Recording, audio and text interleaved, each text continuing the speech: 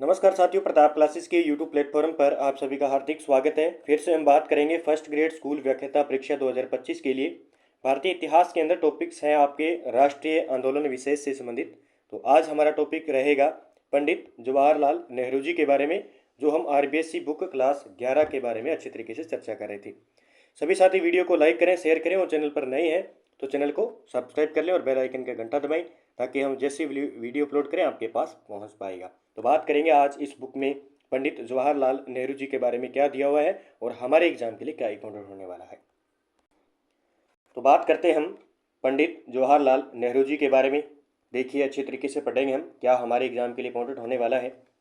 इनका जो जन्म है वो 14 नवंबर 1889 को होता है। 14 नवंबर 1889 को इनका जन्म होता है। मृत्यु होती है इनकी 27 मई 1964 को। दोनों डेट याद रखनी है, सीधा एग्जाम में पूछा जा सकता है। आगे बात करते हैं। जवाहरलाल नेहरू जी का जन्म जो है इलाहाबाद के प्रसिद्ध एडवोकेट पंडित मोतीलाल नेहरू के घर हुआ।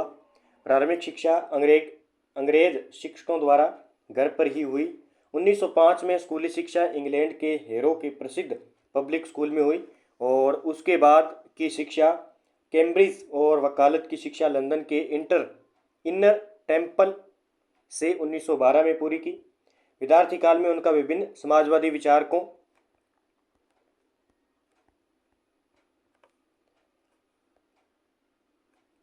एवं लेखकों से संपर्क हुआ और अपने पिता के साथ यूरोप के कई देशों की यात्रा भी की थी। 1916 में कांग्रेस के लखनऊ अधिवेशन में, अब ये याद रखना है, कांग्रेस का लखनऊ अधिवेशन कब हुआ? 1916 में।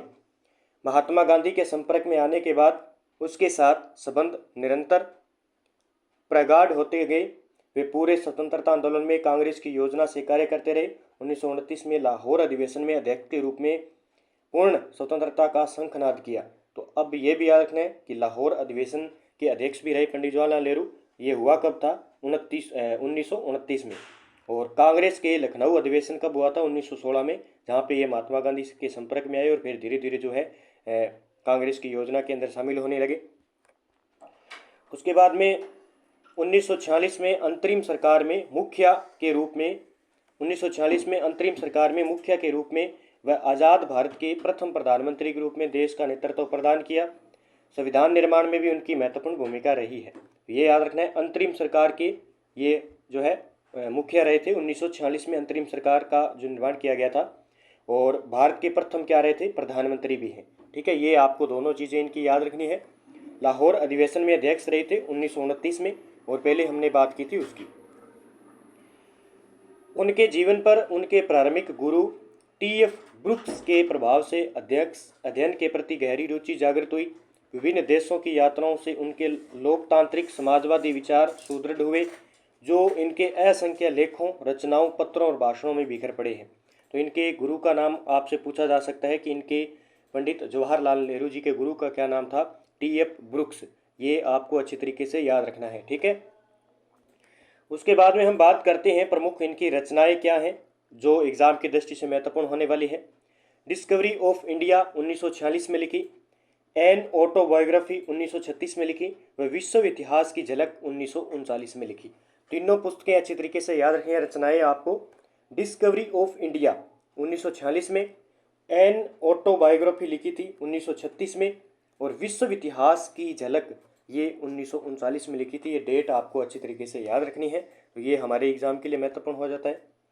राजनीतिक चिंतन में योगदान देखिए, जवाहरलाल नेहरू राजनीतिज्ञ और विचारक थे, न कि संत अथवा दार्शनिक थे। वे विचारों से संशयवादी थे। उन्हीं के शब्दों में प्राय इस विश्व की ओर देखता हूँ जो मुझे अज्ञात गहराइयों और रहस्यों का आभास देता है, पर वह रहस्यमय चीज़ क्या है यह मैं नहीं जानता।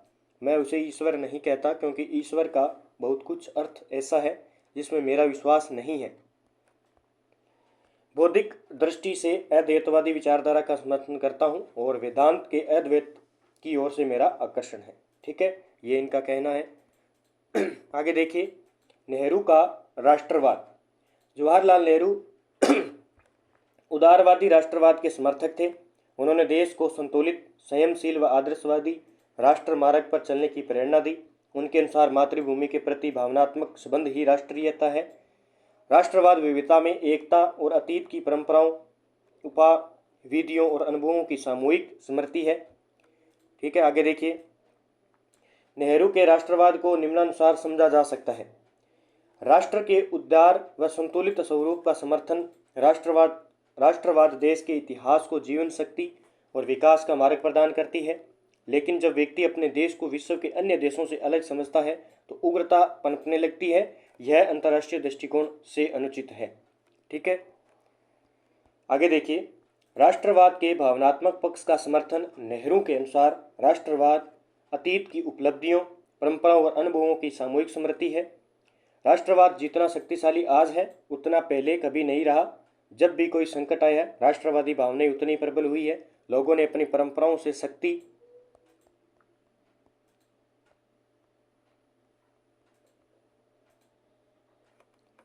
एवं संकल्प प्राप्त करने का प्रयत्न किया है। अतीत व राष्ट्र का पुनराविश्लेषण वर्तमान युग की आश्चर्यजनक प्रगति है। फिर देखिए 3 नंबर, संकीर्ण राष्ट्रीयता और साम्राज्यवाद का विरोध। संकीर्णता राष्ट्र और अंतर्राष्ट्रीयता दोनों के लिए बुराई है। साम्राज्यवादी राष्ट्र राजनीतिक या आर्थिक स्वार्थ के लिए किसी दूसरे राष्ट्र को हानि पहुंचाए तो ये जघन्य अपराध है। ठीक है, आगे देखिए। राष्ट्रीय स्वतंत्रता के सिद्धांत का समर्थन। राष्ट्रीय स्वतंत्रता राष्ट्रवाद की अनिवार्य शर्त है। प्रत्येक देश की अपनी आंतरिक व बाहरी नीतियों पर स्वयं नियंत्रण होना चाहिए। ये इनका कहना है कि राष्ट्रीय स्वतंत्रता का मतलब क्या है कि कोई देश है वो अपनी आंतरिक और बाहरी नीतियों पर स्वयं क्या करे, नियंत्रण हो सके। भूत और वर्तमान और भविष्य के प्रति समन्वय क्या है।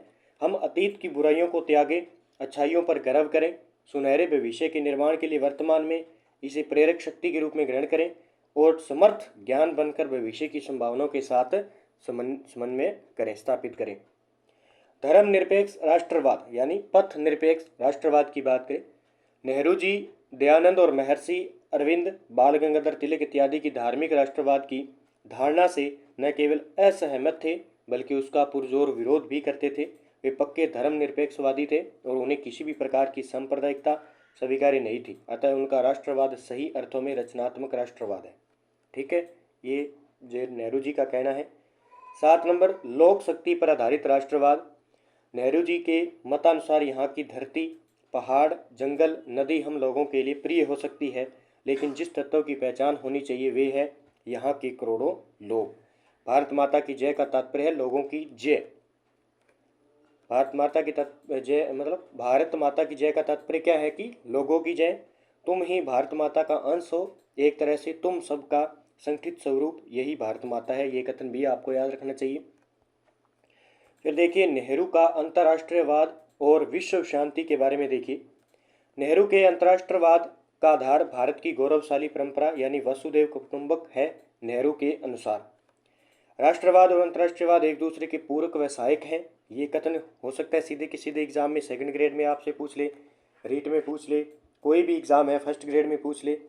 विश्व के सभी देश स्वतंत्र हो और उन्हें सम्मान समझा जाए तथा एक दूसरे का शोषण नहीं करे। उपनिवेशवाद का अंत होना चाहिए। ठीक है, एक पॉइंट ये है। विश्व का अंतर्राष्ट्रीयकरण हो चुका है, उत्पादन अंतर्राष्ट्रीय है, बाजार अंतर्राष्ट्रीय है, कोई राष्ट्र आत्मनिर्भर नहीं है, सब एक दूसरे पर निर्भर है। नेहरू ने विश्व शांति व निःशस्त्रीकरण के क्षेत्र में संयुक्त राष्ट्र संघ का पूर्ण समर्थन दिया है। ठीक है, वे एशिया व अफ्रीकी देशों की स्वतंत्रता के लिए प्रयास करते रहे हैं। द्वितीय विश्व युद्ध के पश्चात समुच्चा विश्व 2 ध्रुवों संयुक्त राज्य अमेरिका एवं सोवियत संघ रूस में बंट गया।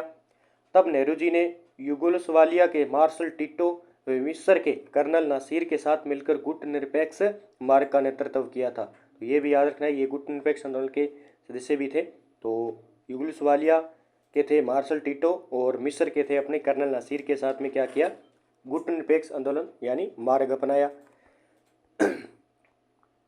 आगे देखिए, नेतृत्व किया और नव स्वाधीनता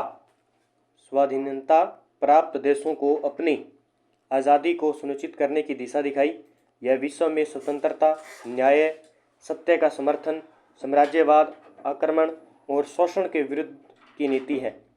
पंचशील के सिद्धांतों का निरूपण उनके अंतर्राष्ट्रवाद का प्रमुख घटक है। ठीक है। अब आगे देखिए, प्रमुख मूल्यांकन और समग्रता देखते हैं। यद्यपि पंडित नेहरू का लालन पालन वैभवपूर्ण वातावरण में हुआ, लेकिन बड़े होने के साथ उन्होंने देश की सेवा का कटंका किरण मार्ग अपनाया। गांधी जी को अपना मित्र, गुरु व आदर्श मानकर शुरू किया। उनका यह संघर्ष न केवल स्वतंत्रता आंदोलन के लिए बहुत प्रमुख आधार बना, बल्कि उनकी विद्वता नीतियों ने भारत को बहुआयामी बनाने में एक दिशा प्रदान की।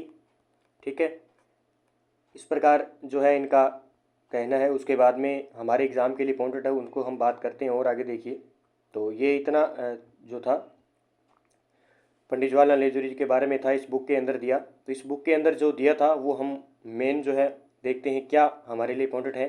देखिए, इसमें आगे हम बात करें, यहाँ पे बस एक याद रखना कि गुट निरपेक्ष जो मार्ग बनाया था वो युगोस्लाविया के मार्शल टीटो और मिस्र के कर्नल नसीर के साथ मिलकर। ठीक है, उसके बाद में हम यहाँ पे पढ़े तो ये आपको अच्छे तरीके से इनका ये वसुदेव कुटुंबक वाला जो परंपरा है वो गौरवशाली, ये पूछा जा सकता है ये किसने दिया था। तो पंडित जवाहरलाल नेहरू जी के बारे में दिया गया था। और ये कुछ कथन हैं जो आपको अच्छे तरीके से पढ़ लेने चाहिए। कहीं ना कहीं अंतर्राष्ट्रीय विश्व शांतिवाद पर इनका कोई कथन आपसे पूछा जा सकता है कि इनमें से कौन सा एक सुमेलित नहीं है या फिर कथन सही नहीं है इनके बारे में।